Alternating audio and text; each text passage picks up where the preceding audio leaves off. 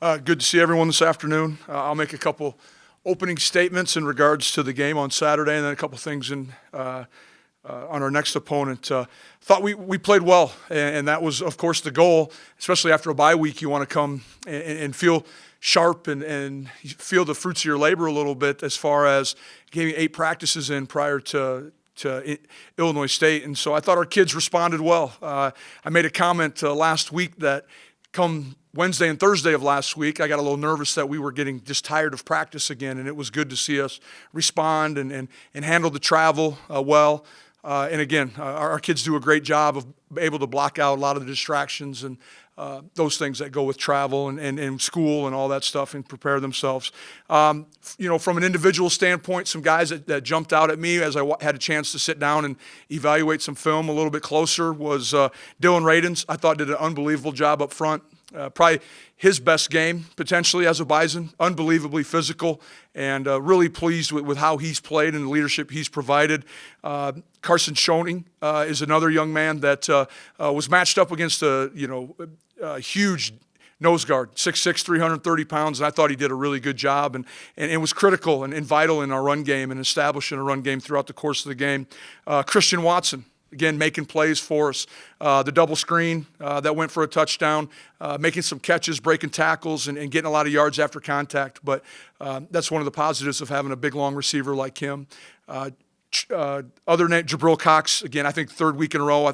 I'm really pleased with how he's playing right now. He's playing fast, understands what we're doing. You just see his experience starting to come out. Up front on the defensive side, Matt Beagler made a huge play for us on the goal line stand, and continue to really be impressed with how he's playing. The number of snaps that we're able to play him, and we got to remember he's a young man who's a walk-on from Underwood, Minnesota, doing a fabulous job for Coach Gazer and our defensive line. And then Marquise Bridges, again, I think he's one of the better corners in our league. Played really well, had a huge effort play in tracking down the long throw, or the throw that turned into a big play, and enabling the defense at least to have an opportunity to get a big stop down there near the goal line. But we challenged our players prior to the game. Need to win the battle of turnovers. We did that. We forced one. Again, we didn't have any on our side of the football. We needed to win the explosive play battle. We had 10 total. Offensively, we only gave up 3 defensively. And so, again, when you can create those type of – and that doesn't include any of the special team momentum plays that we might have had. When you can create that type of energy and that momentum throughout the course of the game, it helps you, and it gets your kids in sync, and they start really believing and playing hard and playing faster. And it was good to see our kids finish an entire game. And probably the last thing I'll make comment about the game this last week was it was good to see a lot of young kids get on the field late in the 4th quarter and understand the expectations and continue to realize that we need to finish this football game and get a big stop or be able to run the clock out like we did towards the end with Sabian and Kobe Johnson. But excited for the challenge this week in University of Northern Iowa. Very good football team. Defensively, great front 7 again, great D-line, and that's a mainstay of Panther defense, and it has been for a number of years. McElwain, the quarterback, extends plays with his feet, does a nice job operating their offense, can do a nice job scrambling, keeping plays alive, and their wide receiver core it has the ability to have some big plays. And so we're going to have a great week of practice in and around the snow flurries at times. But you know what? That's part of the deal when you're up here at North Dakota State. So I'll open it up for questions at this time. Where have you seen their defense go from last year, where it didn't seem they were that stout on D, to now where they appear really good on defense? Why the big change in your mind? They look to be running very similar scheme. Now it is the 2nd year of running it. They've kind of gone to more of a 3-2 or a 3-4 look, and they made that change I think middle of the year last year. The kids just understand the scheme a little bit better? Have they maybe recruited a little bit better? I know they have some talented DBs that are young, but talented. And again, I think they got some pretty dang good football players up front that can create a little bit of chaos and get some knockback and allow the back 4 or the backers really to fly around. Starters on the offensive line. Are you surprised the offensive line has come together as well as it has to this point of the year? No, I'm not. A lot of those kids played last year, and they had a lot of experience and valuable snaps. You look at a young man like Cordell, played a bunch for, was like our sixth O-lineman a year ago, and now he's playing a lot for us. Carson was the understudy to Tanner, and I think, what a better guy to learn from throughout the course of 2018. So Coach Blazek's done an outstanding job with those guys. Tyler Roll's done a great job with the crew chiefs. Those two position groups got to be able to really work together. I'm impressed with how fast we're playing, and I love the fact that when you see explosive plays, you see 11 guys running downfield. And our kids, you've heard me use the term, offensively, we're sprinting to hit people. And I think you can see it in our run game. You even see it in our receivers have started to take that mentality on too, about trying to get blocks at the second level. Most about the way the offensive line is played, or is there an area they've even surpassed your expectation to this part? Well, I think, just you look at numbers, it's probably pass protection. Especially going into the year, you have a young quarterback. You want the quarterback to a young quarterback to understand that he can trust the run game. If you need to get us into a run play, we have a shot.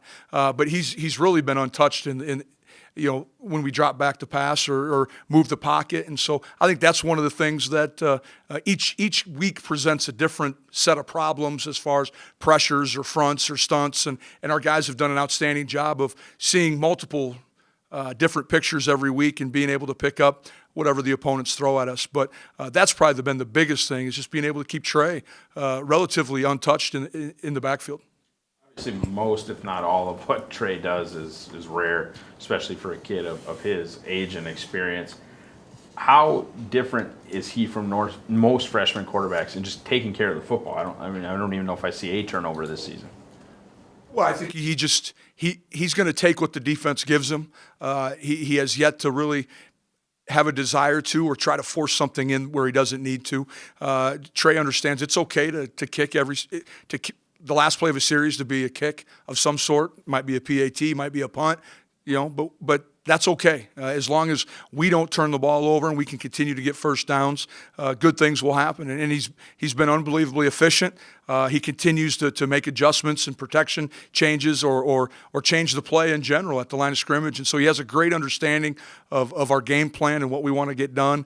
And a lot of that goes back to his position coach, Randy Hedberg, has done an outstanding job kind of each week challenging Trey to do a little bit more out there. Offer an explanation for getting caught from behind on that kickoff return? That's not something I think I've ever seen before. He didn't have much of a chance to give an explanation. I think most of his teammates were giving him a bad time. But Ty had a great day. You saw the counter play that he took for 57, and then still a big explosive play. All of a sudden, when you can have a 79 or 80-yard kickoff return and get the ball after they just had kicked the field goal and probably felt like, okay, now we got a little bit of momentum going. This UNI series all the time just feels like it's a physical game. Leading into it always feels like a physical one. Sunday, Monday after, what makes it just such a hard-hitting game? Well, I think both teams rely heavily on the line of scrimmage, and we both put a heavy emphasis on recruiting the very best defensive linemen, offensive linemen that are out there, and the nature of what they do offensively, what we do offensively, just lead into being physical-natured football games. And I'm sure. I know, I shouldn't say I'm sure, but I know Coach Farley will have his kids ready to play. Having worked for him for 3-4 years, there's no doubt in my mind they'll be ready to play when they get up here. Emotions play a factor when you face a former school that you coached at. This is my 6th year now at NDSU, so I faced him as the defensive coordinator. I don't know if there's any more emotion than a normal Saturday. I probably get too emotional Saturday mornings the way it is already, so I need to probably learn how to tone it down a little bit.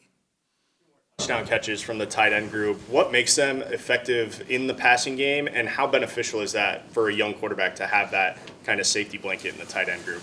Well, I think first off, they all run great routes, and that's Tyler Roll working with those guys, but they're all big, long, athletic kids who got excellent speed, and so to cover them with a backer is probably a little bit of a mismatch because of their length as well. But then to try to bring a safety down, and if a safety's going to try to come up and try to reroute it's going to be tough to reroute a young man of the size of Noah Gindorf's stature. You know, you're talking about a 6'5", 250-pound tight end who's going to be able to get off some press coverage. And those guys continue to grow. They continue to play a bigger role in what we're doing offensively.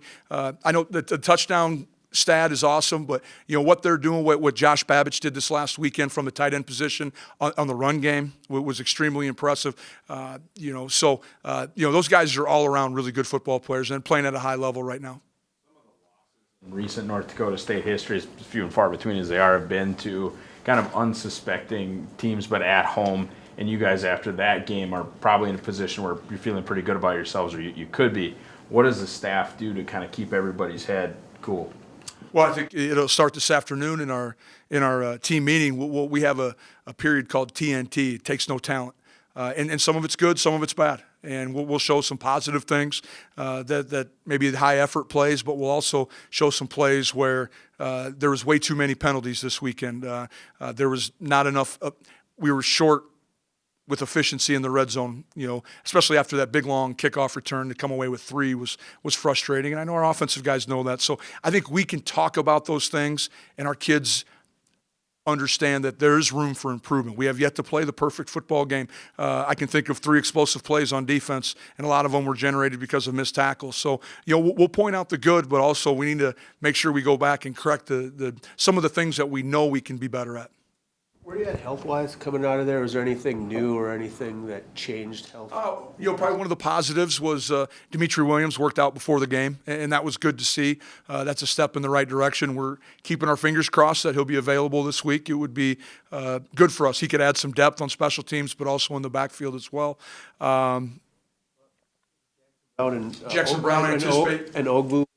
Jackson Brown for sure being back. Barty, I'm not sure at this time. When I get back and visit with Bobby this afternoon, I'll probably have a little bit better idea.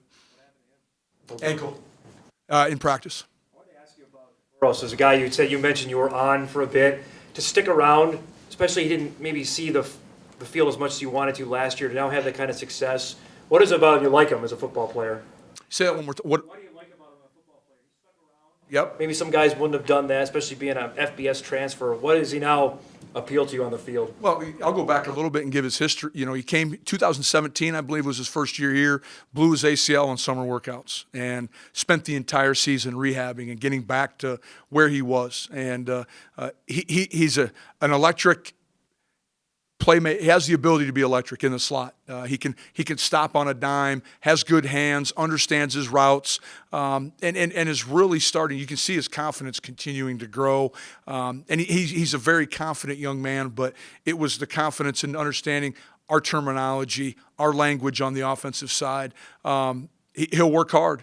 And he continues to stay healthy. And even when he had an ankle a couple weeks ago, it wasn't going to keep him off the field. So he's a young man it's fun to see the guys who transfer in, and we have very few of them ever, but to see them become Bison football players as they get a little bit older in their career and they really buy into what we're doing here.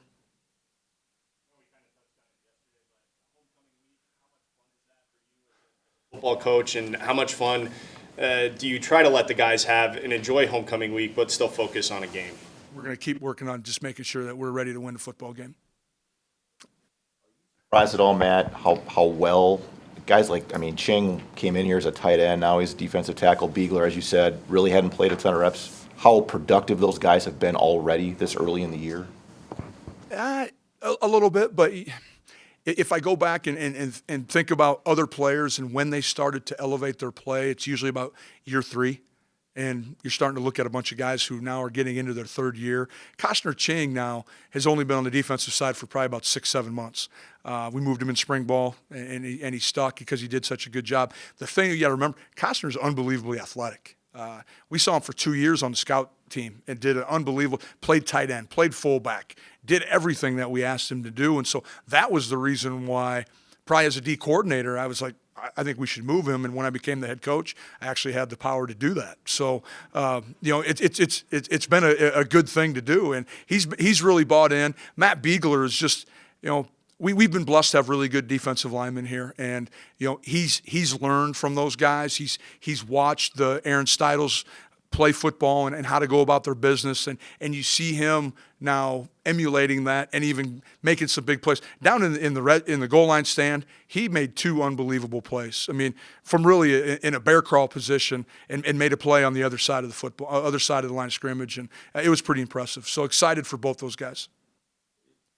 Looks like you have 3 true freshmen who broke the 4-game rule, Kobe Johnson, Krosa, and Wadarsik. Is there any other guys on the borderline who are you still on the fence on, or you've kind of established who No, you... I think there's still some guys who Okay. you can see playing some games coming up, and we just haven't used them. Haven't felt like, one, they were ready. Maybe health played a role in it. Dom Jones would be one for sure. He was banged up throughout most of fall camp, so he was kind of a late he didn't get in practice very much, so I think he was slowed a little bit because of that. But you could see him maybe break into some special teams. Dom Davis is continually trying to work and going to give it one more run. And so if we could get him back, he's going to pass on the surgery right now and try to play his last year, which kudos to him. But if we could use him on special teams, that would be great, especially for him in his last year.